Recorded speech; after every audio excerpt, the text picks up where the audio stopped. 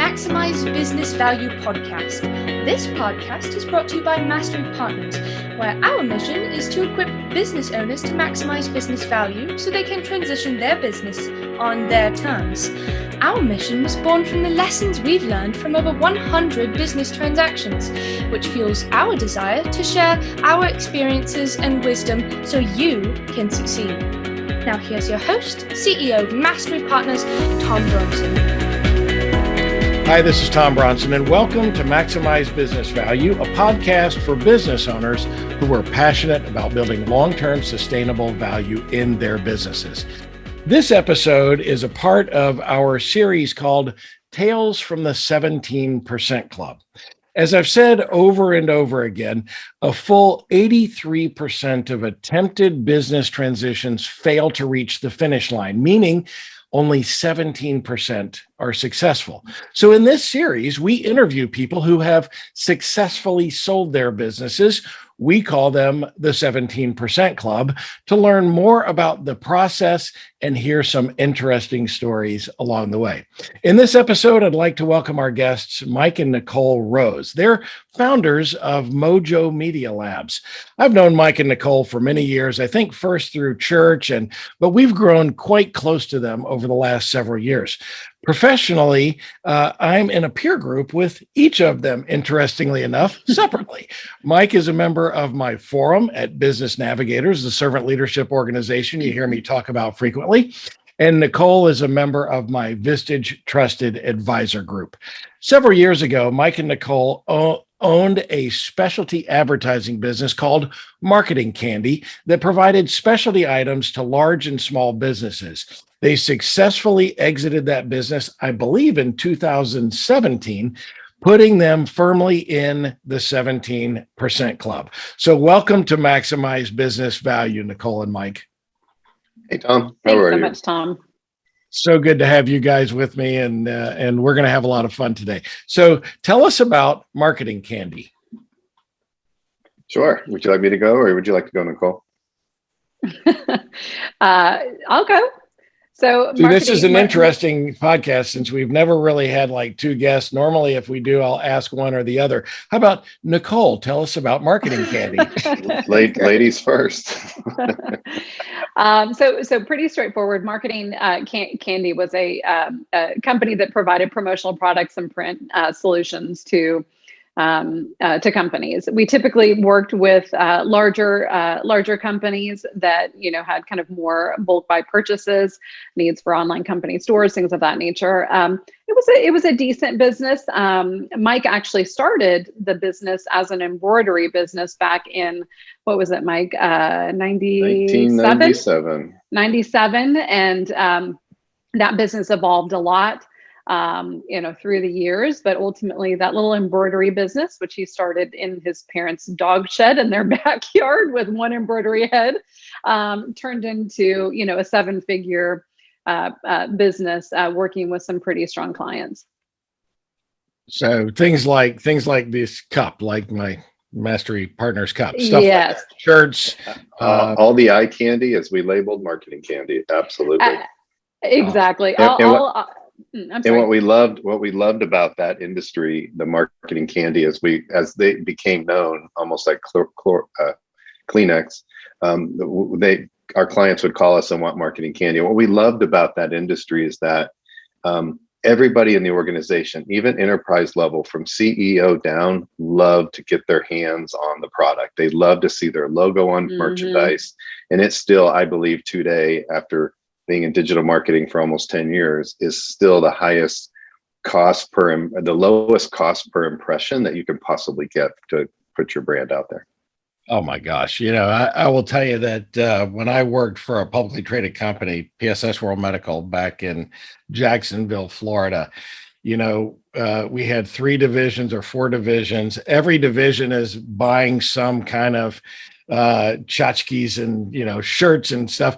I always said that I never needed to shop again because all of my clothes were provided by Diagnostic Imaging, and we probably spent $10 million a year collectively on all kinds of stuff that we were giving out at trade shows to our different. I mean, I wish that I'd known you guys back then, because if I'd introduced you to PSS World Medical, Mike, you may have had a different exit than what you did.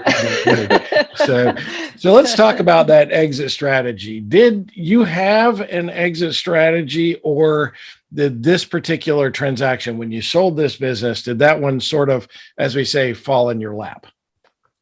A quick note on Marketing Candy on the previous question before the exit planning, and that is, to answer your question, Marketing Candy, or the beginning stages of what Marketing Candy was back in '97, had no intention to exit. I mean, I probably couldn't spell exit in 1997, and I did it just because I was working in a biochemistry lab. I was in law school, and then I was going to start this embroidery business. But the interesting thing is, the reason why this business even came to be to begin with is there was a need, and we could solve that need. And that need was, in '97, we were wearing shirts and ties in the lab, and corporate casual just wasn't a thing yet. And I remember the first CEO of Alcon Laboratories, Ed Schomeyer, said that we would do 3 months of corporate casual in the summertime because of the heat. And I was fascinated by these very smart scientists, PhDs and MIT and everything else.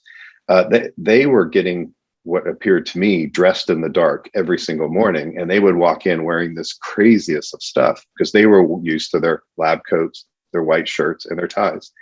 And immediately saw a need in the marketplace that corporations are going to be going casual more and more, if not completely converting to casual in the future. Hence my love of golf and golf shirts. And then we just started putting corporate logos, embroidering corporate logos on golf shirts specifically. That was our niche.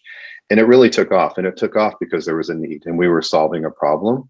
Which then led to, I think, what eventually just running a business that we just fell in love with. Well, that's, I mean, to me, that is like a normal trajectory for a bio chemist or a bioengineer to go to law school, to then start an embroidery business. And of course, now in a digital marketing, that seems to me like a very logical career progression. So if you think in '97 with that extreme focus, and I say that with jokingly, of course, that I had exit strategy in mind.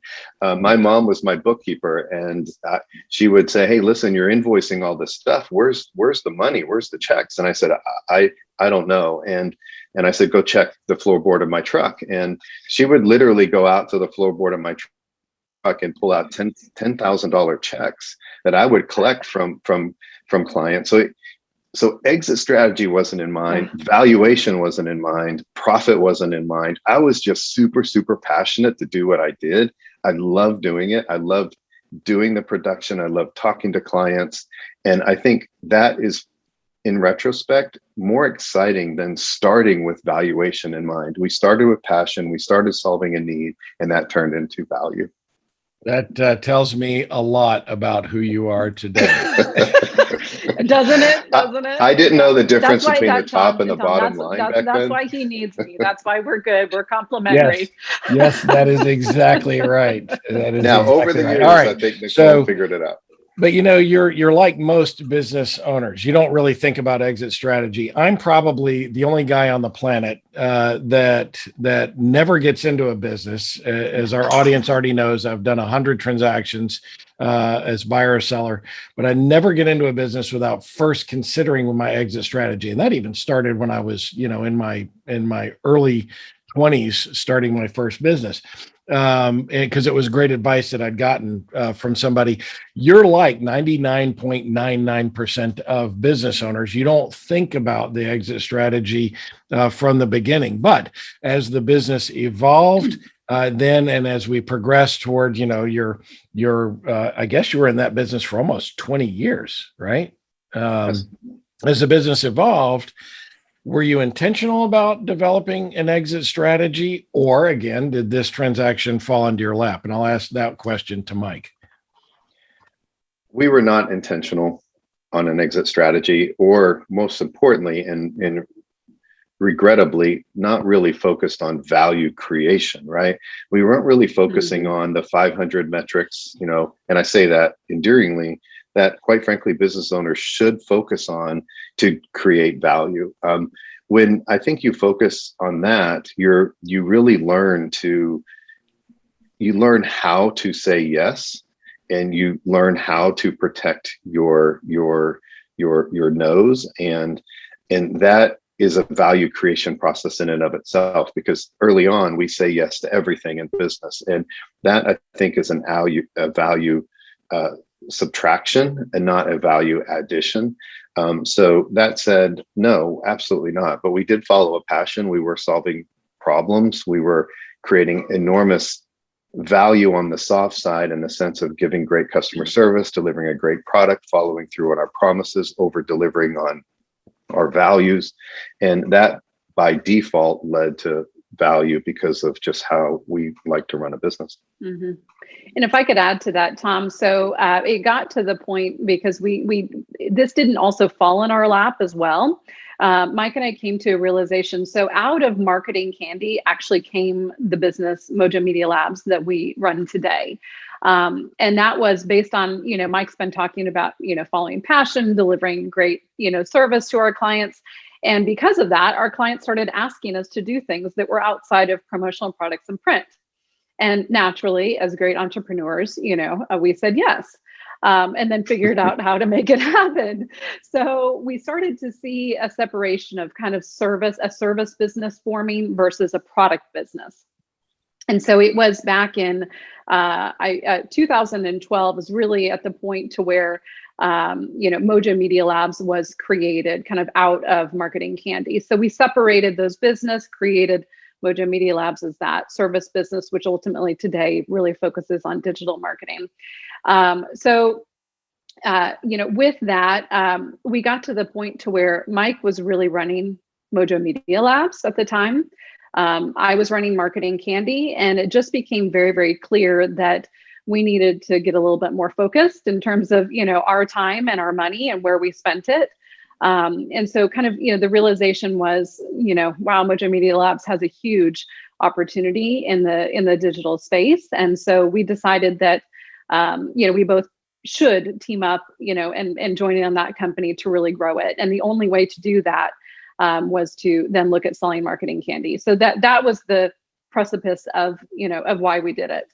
So this was a decision this is a decision that you guys then made. You said it's time we probably start focusing on the digital marketing. And so in order to free up the time to do that, because we're only allocated so much time, you needed to rid yourself of the other business. So what did you do next? Did you go find a business broker? What did you do to start your process? Yeah, just prior to that, though, we tested the service-based business in 2007, and we quickly realized that, wow, service-based business, as Nikole said, is very different. But when we started to experience the profit margins and the value we're ultimately delivering our clients at a whole different level, we were like, this is the future. This is what we want to do, service. It wasn't digital yet. It was branding, things like that, creative, etc.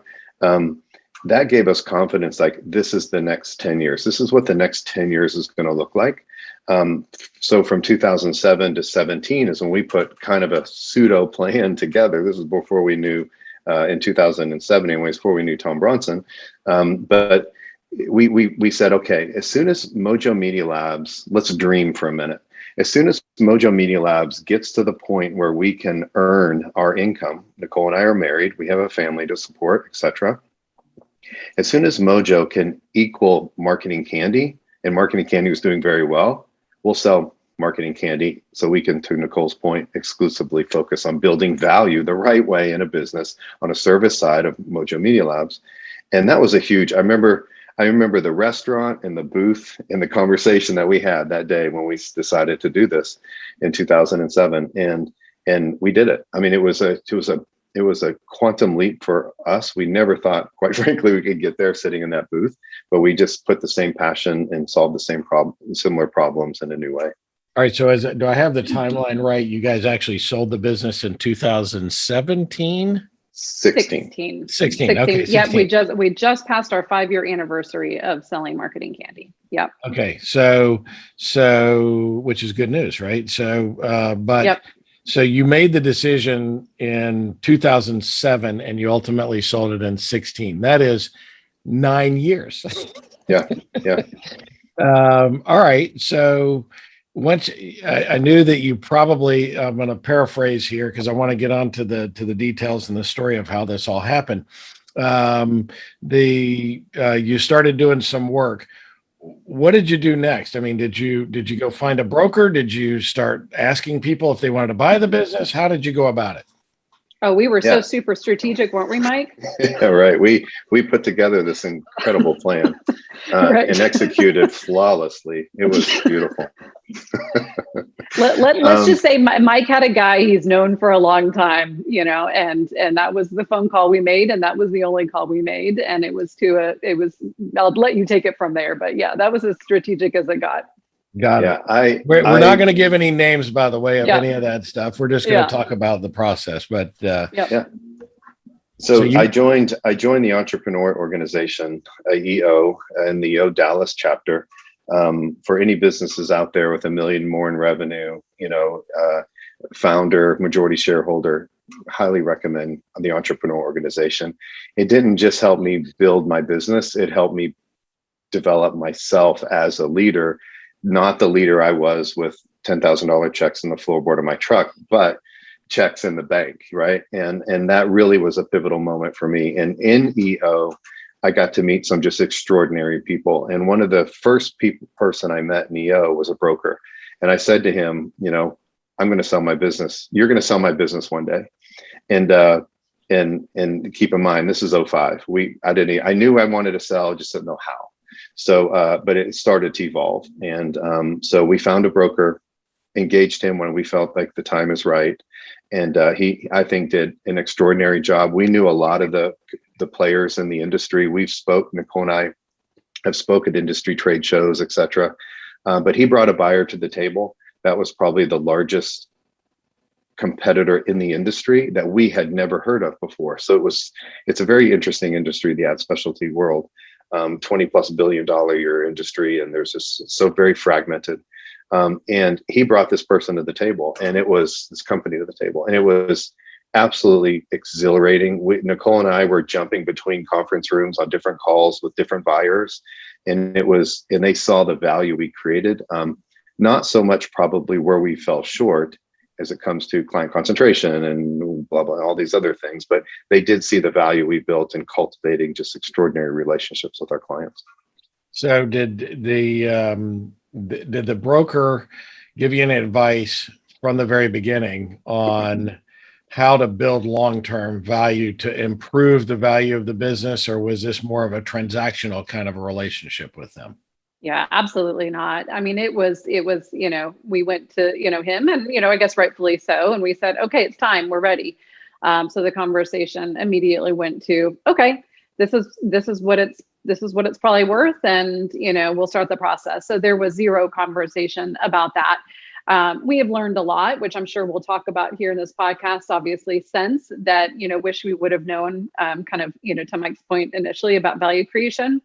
So, but that's okay. We took a lot of those things and, Hey, look, for most entrepreneurs, this is a once in a lifetime opportunity. You guys are in a new business now, and you've learned from the things that you did right, wrong, or indifferent the first time, and you can take that forward. It's very rare that you find somebody like me who's done this 100 times, right? Because as I detail in my book, Maximize Business Value. Of course, you guys are big fans of my book, and Mike even wrote absolutely. The forward. Yep. Mike even wrote the forward for this book. Every mistake that I talk about in that book, I've made. So it's not surprising that the first time out of the gate that there might have been a few mistakes. So what do you remember the timeline? You sold the business in 2016. Do you remember the timeline when you went to the broker and said, "Okay, it's time"? Was that in 2016, 15, 14? When was that?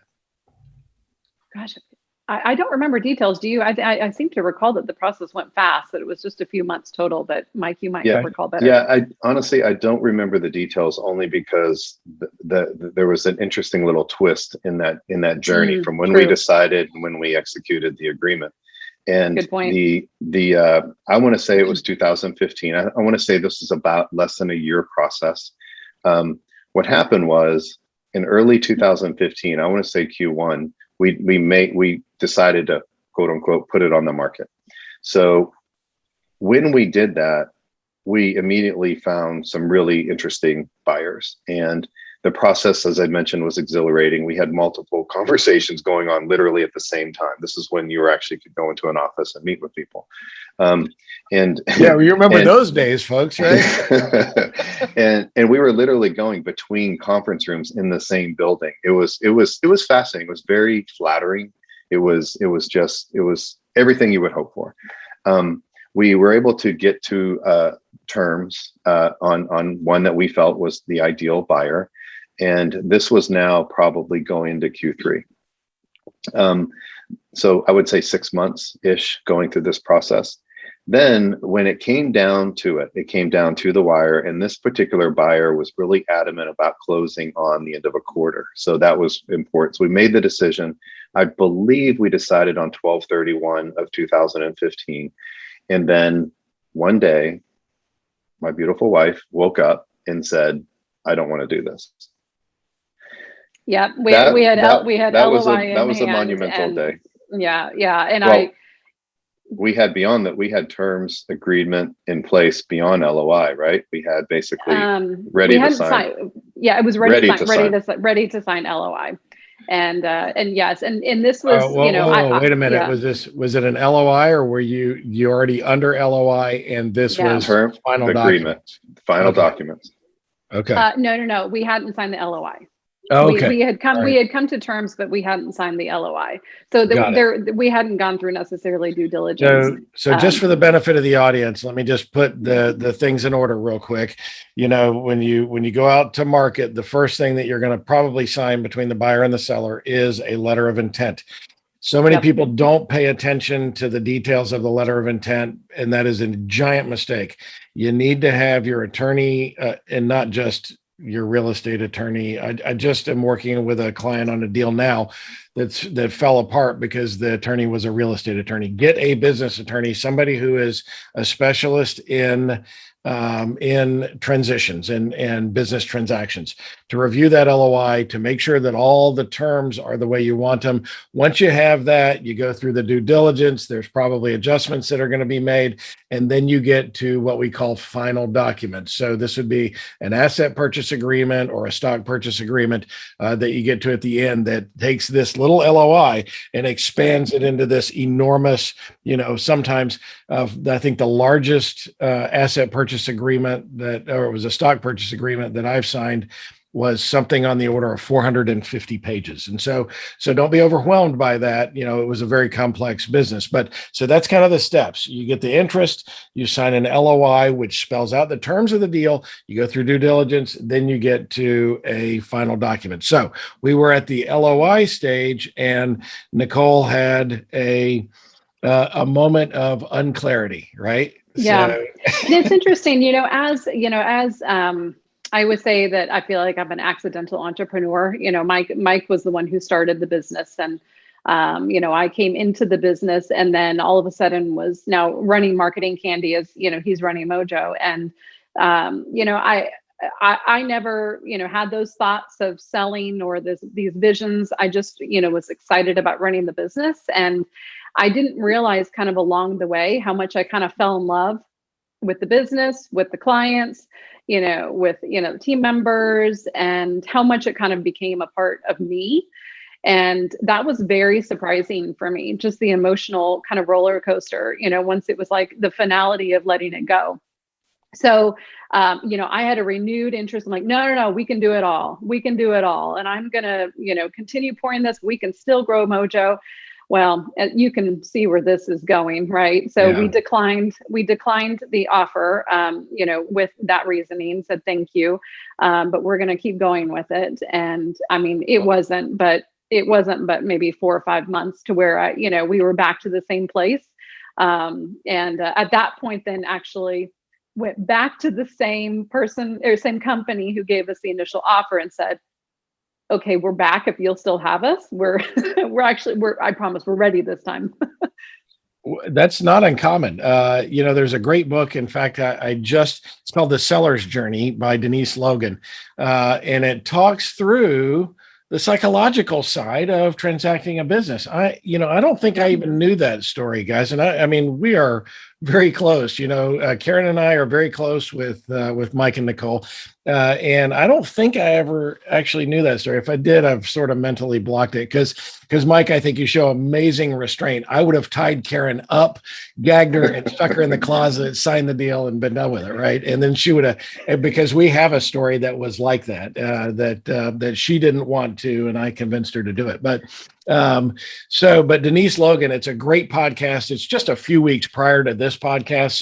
So sellers, I would encourage you, if you're a business owner, please go listen to that podcast as well, because as much as you think that that's not going to be you when we get close to the end, I promise you, even as experienced as I am, I have those moments of, I don't want to do this toward the end.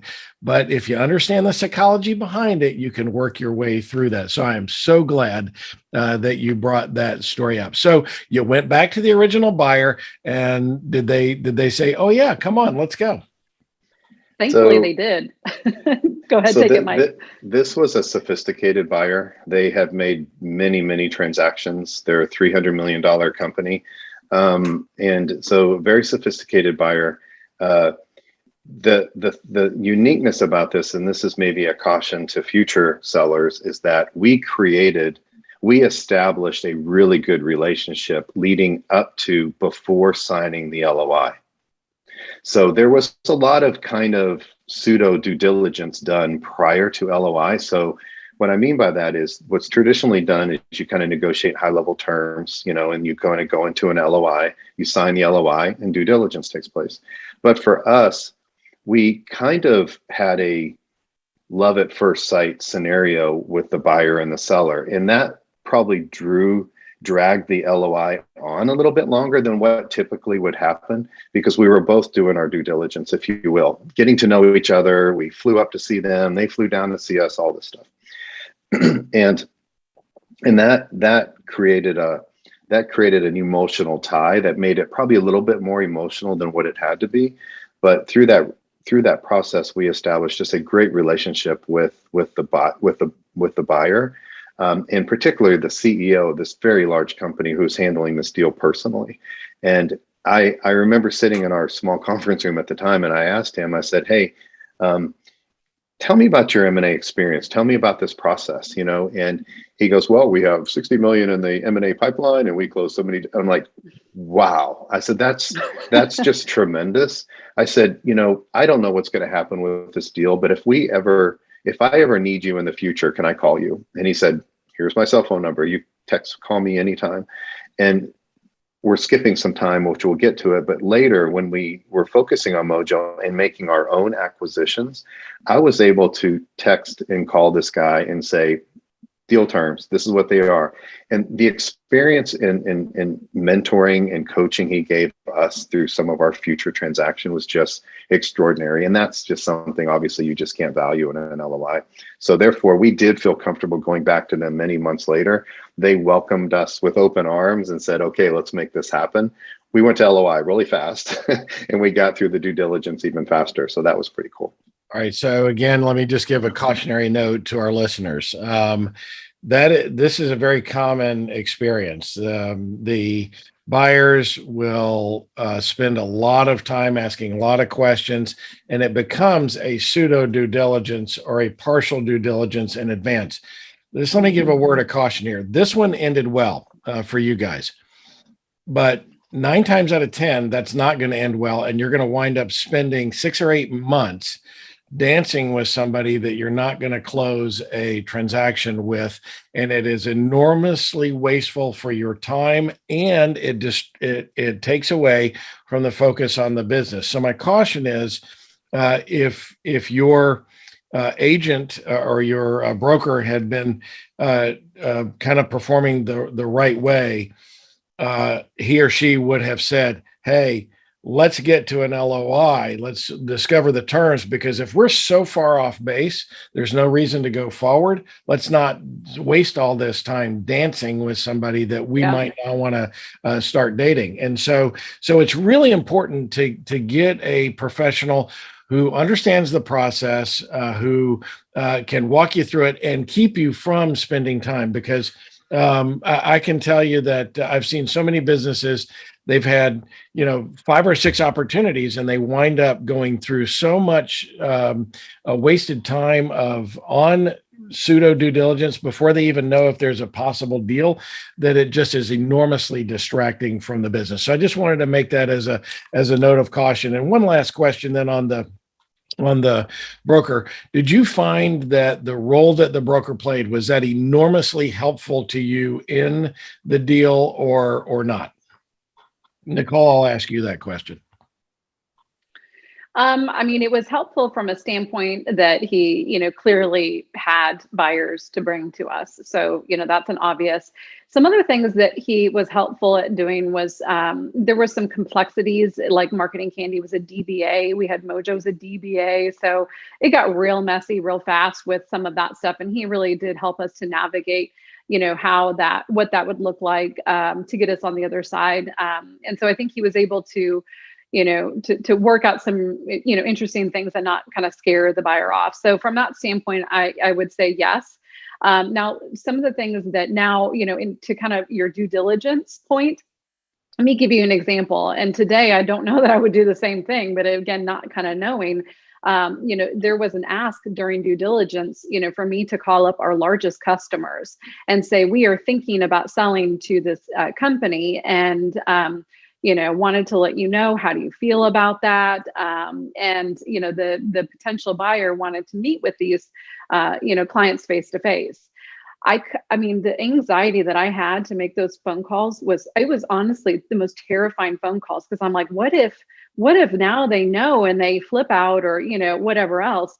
Thankfully it went okay, but that was risky, clearly. And so I feel like there was definitely some, I think that today, if we were searching for some, for help with, with transitioning our business, we'd be looking for, for a lot more guidance outside of just bringing the buyers and then, the mechanics of it, if you will. Yeah, that is what you described is enormously risky. And depending on when it is, there is no way that I would let you go and make those calls, right? Unless we were like days away from the transaction. If the buyer thinks that that's part of due diligence, look, you want to do your investigation, you can look at longevity, you can look at customer turnover, you can even do NPS score to see how well you're doing. But having conversations with big customers and warning them weeks or months in advance, that is a giant no-no, and you could potentially be putting your business at risk. And so you were absolutely right to have that anxiety about making those calls. So let me, Mike, you wanted to add something there? I was just going to say that when you're asking the previous question about were we happy with the broker, and should the broker have done certain things, the way I look at it is whoever's representing the seller has to be clearly a professional. It's easier to sell to a sophisticated seller, but at the time of the 3 legs of the stool, buyer, seller, broker, the sellers, we were unsophisticated in the transaction process. So it's really difficult to say that the broker or the seller, or the broker or the buyer was, X, Y, and Z. We were figuring it out emotionally, going through this, having never gone through it before. So we were an unsophisticated seller. So I felt like the broker dealt with us really well and handled that incredibly positively and eliminated as much as possible. Well, even though we're not saying names here, I know your broker, very professional. And so it is important to get a great broker or an investment banker, and they are not all cut from the same cloth. It is so important to go and find the right ones. We're connected with the right people. So if you're a seller and you're looking, or you're thinking about selling and you're looking for a broker, I can make recommendations there, and we know folks.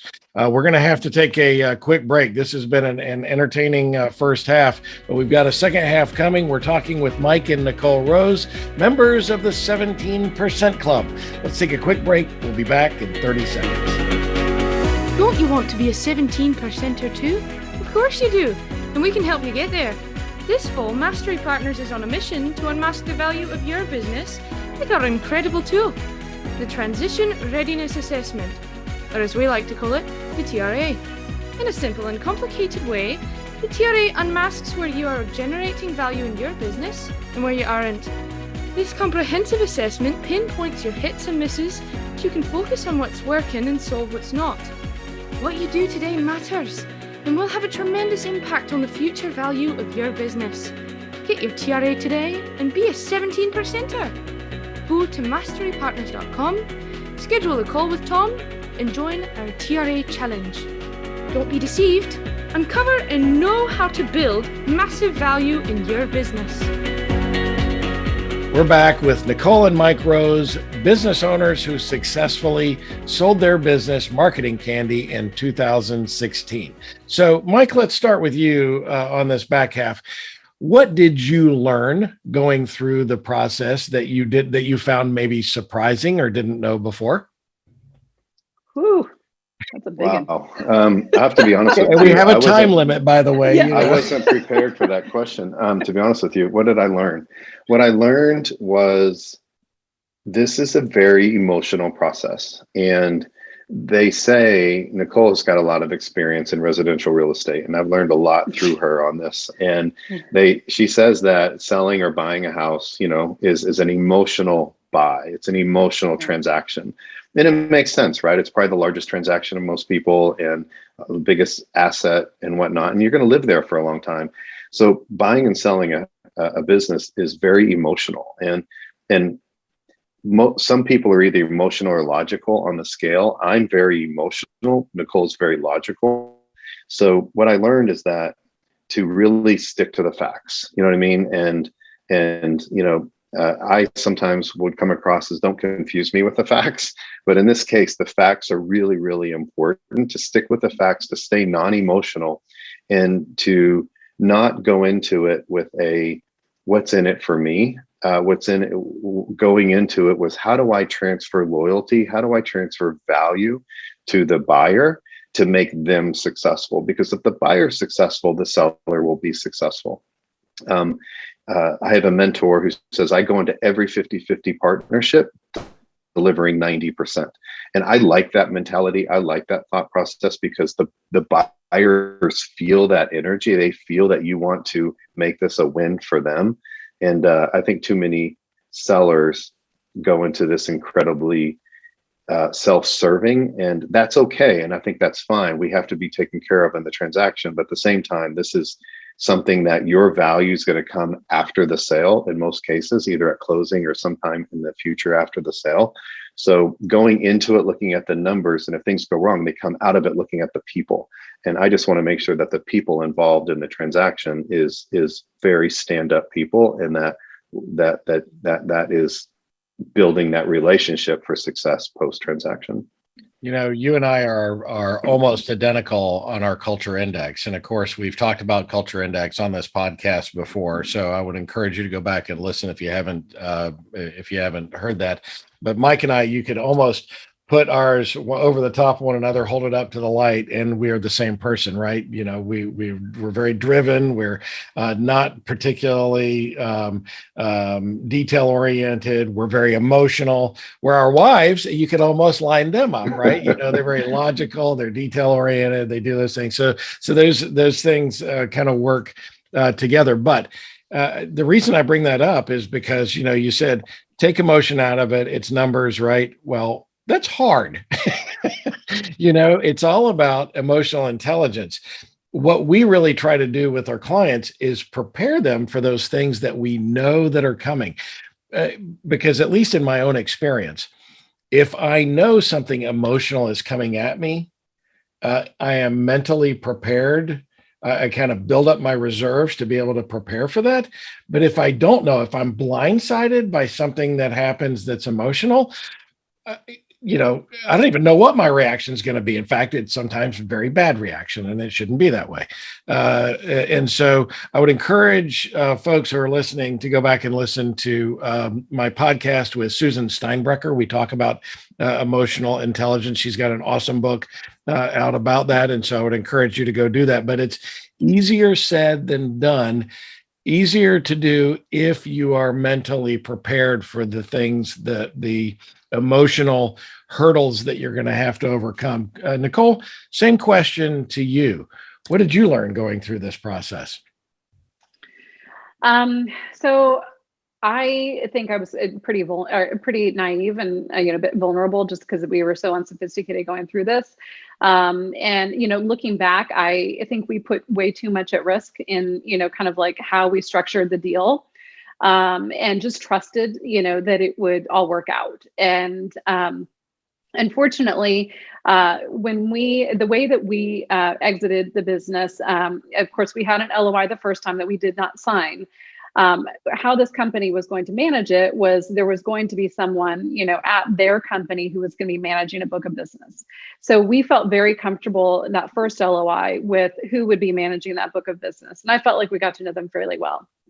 When we went back to the company, that person was not available. They already had a lot of business. So there was another person brought to the table who would be managing that portfolio of accounts. And our success was going to be tied to the success, of continued, performance of the company. Unfortunately, it was a bad match for our clients. I'll just say that this person, was highly successful, really good person, just not necessarily, the best match, for our particular clients and kind of how Mike and I dealt with them. So with that, there were some unexpected things that we dealt with, and we ended up working through it along, with them, to transition to someone else who, then was able to kind of stabilize that. But that was that was tough to go through. And looking back, I would have probably maybe protected ourselves a little bit more and not put so much, on the line with it. So that was a big learning lesson.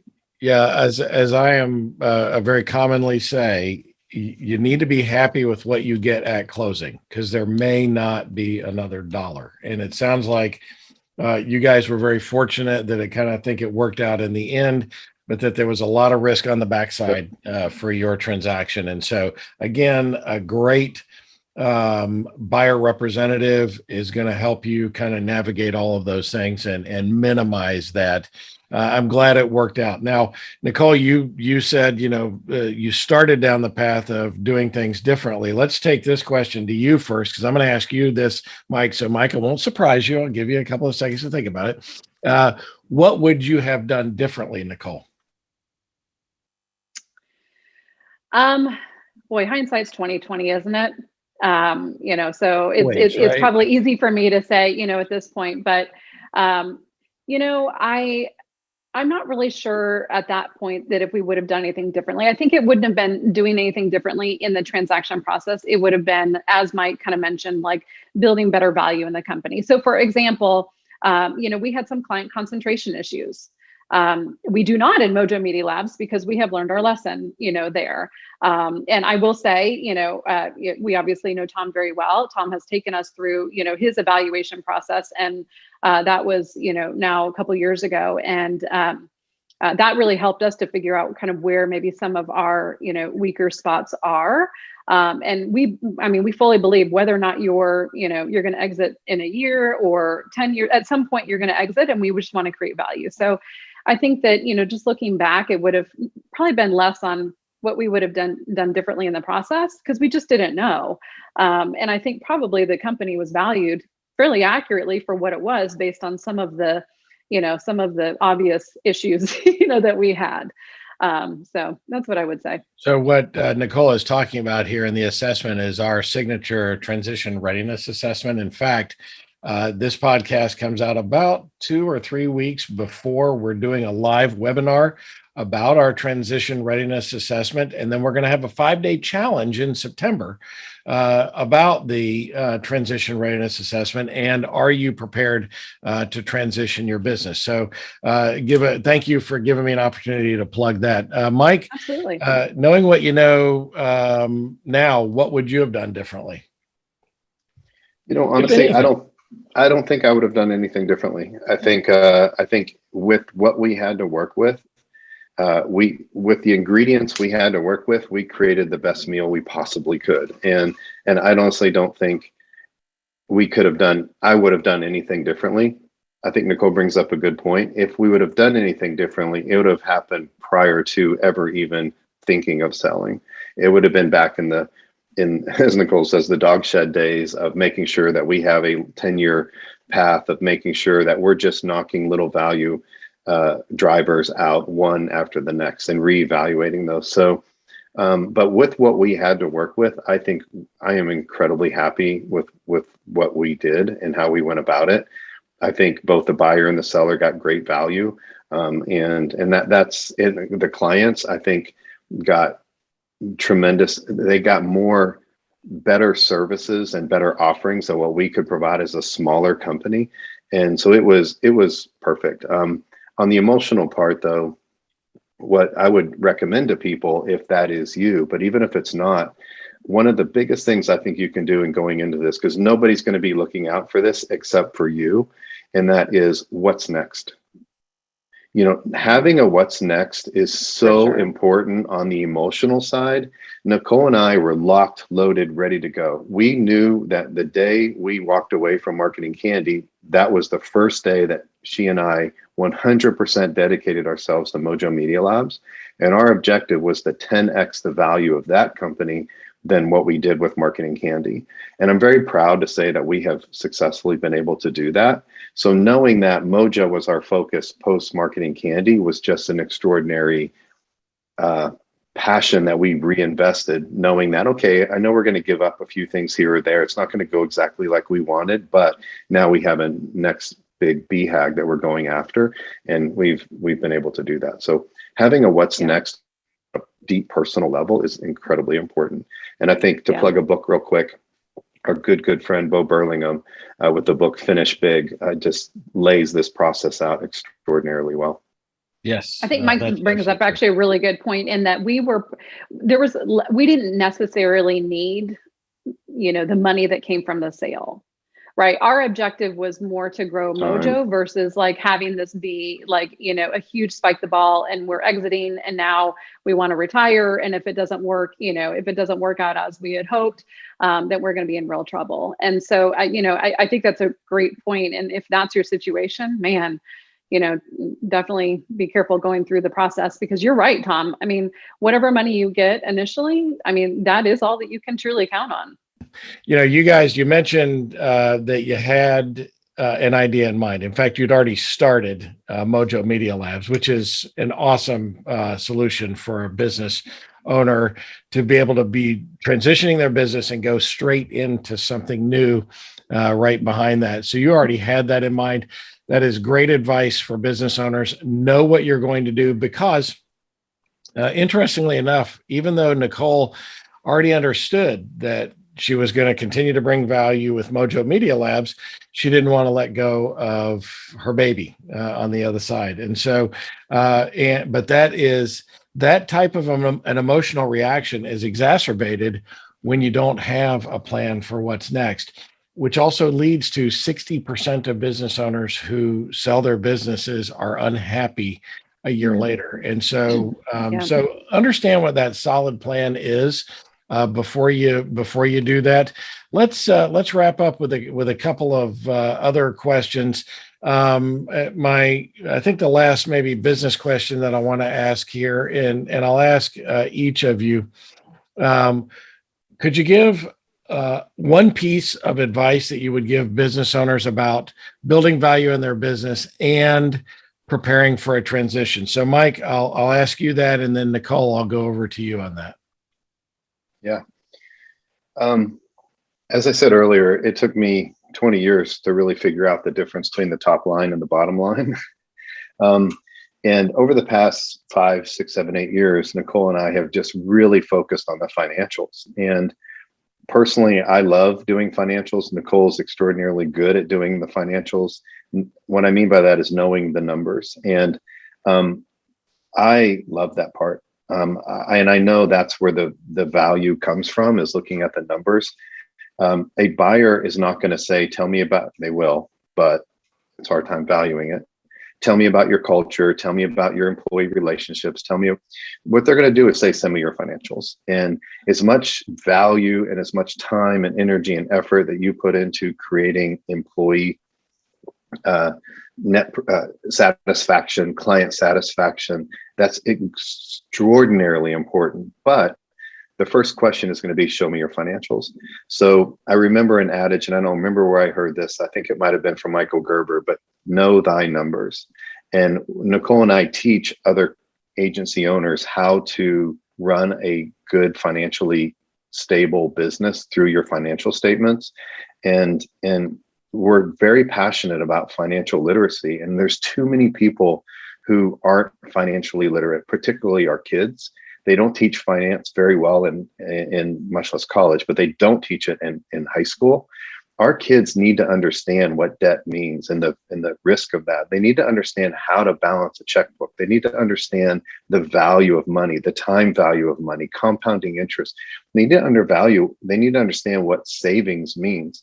I had dinner with my daughter, my 21-year-old daughter last week, and she goes, Dad, I really learned something from you and I'm really enjoying this. And you and Nikole do the fun fund. And I love contributing to my fun fund because I now can do things that make me happy, that I don't feel guilty spending the money because I know the money's already spent. It's already in an account. So, teaching financial literacy is something really, really important to us. And when you have to show those finances, and if you get a call at 8 a.m., your financials, and if you can send it at 8:01 and you feel confident about that, that's a really good thing.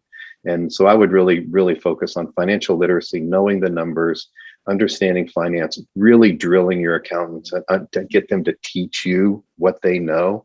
Knowing the difference between accounting and bookkeeping and controller and finance is really, really important. Looking in the past is great, but being able to forecast and plan the future is even more important. The fun fund. So you mean the whole bank account's not the fun fund? It is when you're not financially literate. You see, I know Mike and Nikole really well, and I'm guessing that the fun fund came from Nikole. That would be correct. The fun fund came from Nikole, and we have a lot of fun. Yes, you do. All right. So Nikole, same question to you. What's kind of the one most important thing you would recommend business owners do to build value and prepare for that eventual transition? Yeah, absolutely. So what I see is that the vast majority of business owners don't think about exit, period, until they're burnt out, they're just done with it, they're over, whatever it might be, and they spend their time working, really, really hard in the business. So for me, it's pretty simple. Like figure out today, first of all, educate yourself. Like, what does it take to actually, create value? Pretend that you're going to be going on the market at, like in a year. Just pretend, even if you have no intention of doing it for 20 years or whatever the situation might be. So educate yourself by, talking to knowledgeable people. Obviously, Tom is, in this space and doing that. But it is so incredibly critical to really be able to look at your business and see where the weak points are and figure out how to build value in an eventual sale. That would be what I would have to say. I strongly, believe in that. I feel like with everything we've learned, we've done that with Mojo. So, if something were to happen, now we'd be ready. And so it's a great feeling. And you know what the cool thing about that is? When you do this, you're going to make more money. You're going to have more fun as an entrepreneur, because there are things like, building value is, how do you kind of start removing yourself from the business in the day-to-day, i.e. then taking more time off creates a healthy business, right? Creating a healthy business creates more profit, i.e. you can actually make more money. So it's a lot more fun. So that's, at the end of the day, if you want motivation, like it's ultimately a more fun way to run a business, even if you never sell. Yeah, I hear that over and over from our clients. I'm having more fun in my business than I was. Yep. And I attribute it to thinking about these things. So that is great advice. Think about your exit strategy. Don't wait until it is too late. And get some fresh eyes on the business to kind of show you where those blind spots are. We all as business owners have little blind spots in our business. That is great advice from both of you. Now, I know, Mike, I've asked you this question before, but Nikole, you've got to get this one. And Mike, I'm coming right back to you on this. It's my favorite question. It's the question we ask at the end of every one of our podcasts, and our listeners only listen to the podcast to get to the answer to this question. So, Nikole, what personality trait has gotten you into the most trouble through the years? Boy, I could probably pick from a lot of them. Don't ask Mike. Okay, now wait a minute. On my behalf, right? You know what I should do is ask each of you for the other. No, but don't. We're not gonna. Okay, if you wanted to create maybe some tension and argument, yes, do that. But otherwise, I'm not going there. I would say probably being pretty direct. I am incredibly authentic. I am who I am, the same all the time. And so, that includes, I'm not afraid to speak up. I definitely will, be direct in a conversation. And sometimes it comes across, as hopefully not too harsh. I think I've tried to get better at it over the years, but so people either really love that about me, or maybe it rubs them the wrong way. But so that's what I would say. I'm pretty direct. I love that about you. And I think the word you were looking for is cold and heartless. That's what it makes you feel like. So. Thanks, Tom. I appreciate that. I hope that comes across as in the transcript that Tom Bronson said that, not your husband. Yes. She is not cold and heartless. Yes. No, but she is very direct, and I love that about her. So, Mike, what about you? What's gotten you into the most trouble through the years? And not just with Nikole. I'm going to go a little vulnerable here. Mine is the personality trait that has got me into the most trouble is self-doubt. And I think we all have it. I think we all live this imposter syndrome, but specifically for me, it was self-doubt and living in this imposter syndrome. When you get around incredibly successful people, you want to behave like them, you want to act like them, you want to emulate them. And that's great. But if you do it within your business, that's one thing. But if you do it at a self-sabotaging kind of way, and I think self-doubt for many, many, many years, and it still creeps in today. I don't know if it'll ever go away. I just learned to manage it. The self-doubt slowed down my success for years. And we could have a conversation. Success breeds confidence, or confidence breeds success. But for me, success breeds confidence.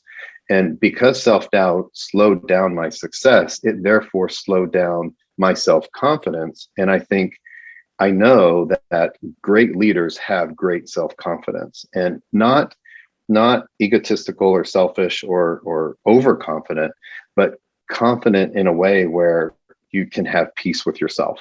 And when you have peace with yourself and you feel joy, that is a whole nother level of leadership. It's a whole nother level of performance and success that isn't tied to monetary, but it's tied to success being at peace. And I think the people in your circles that are at peace, and they have probably very little self-doubt, or they've learned to manage self-doubt. And it took me way too many years listening to way too many people, living my life for other people and not myself, and giving in and feeding the self-doubt. And that in turn got me into the most trouble from a personal internal struggle perspective that nobody else ever saw, which always put me at conflict with myself and not at peace. Well, thank you for being vulnerable. We all deal with that. In fact, our listeners, if you want to get a little bit of insight on that, one of the most successful business people in the world, Richard Branson, also deals with self-doubt. I posted an article on our newsletter.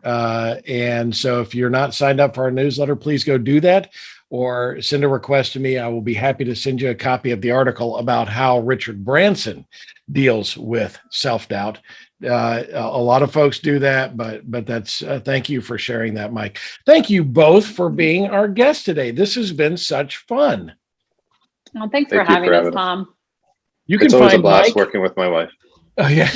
You can find Mike and Nikole Rose at mojomedialabs.com, or you can find them on LinkedIn. And of course, if you'd like to get to know them, reach out to me and I will be happy to make a warm introduction to my good friends, Mike and Nikole Rose. This is the Maximize Business Value podcast, where we give practical advice to business owners on how to build long-term sustainable value in your business. Be sure to tune in each week and follow us wherever you found this podcast. Until next time, I'm Tom Bronson, reminding you that it's never too early to start planning for your ideal desired exit strategy while you maximize business value.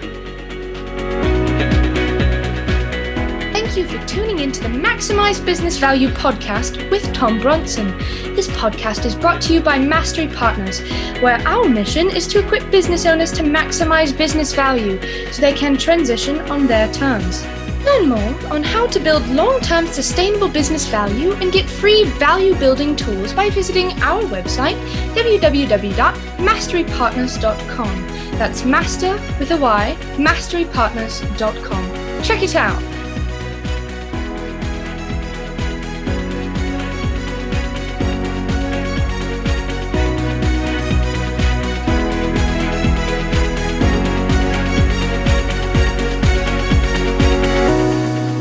That was perfect. I wouldn't make any changes on that.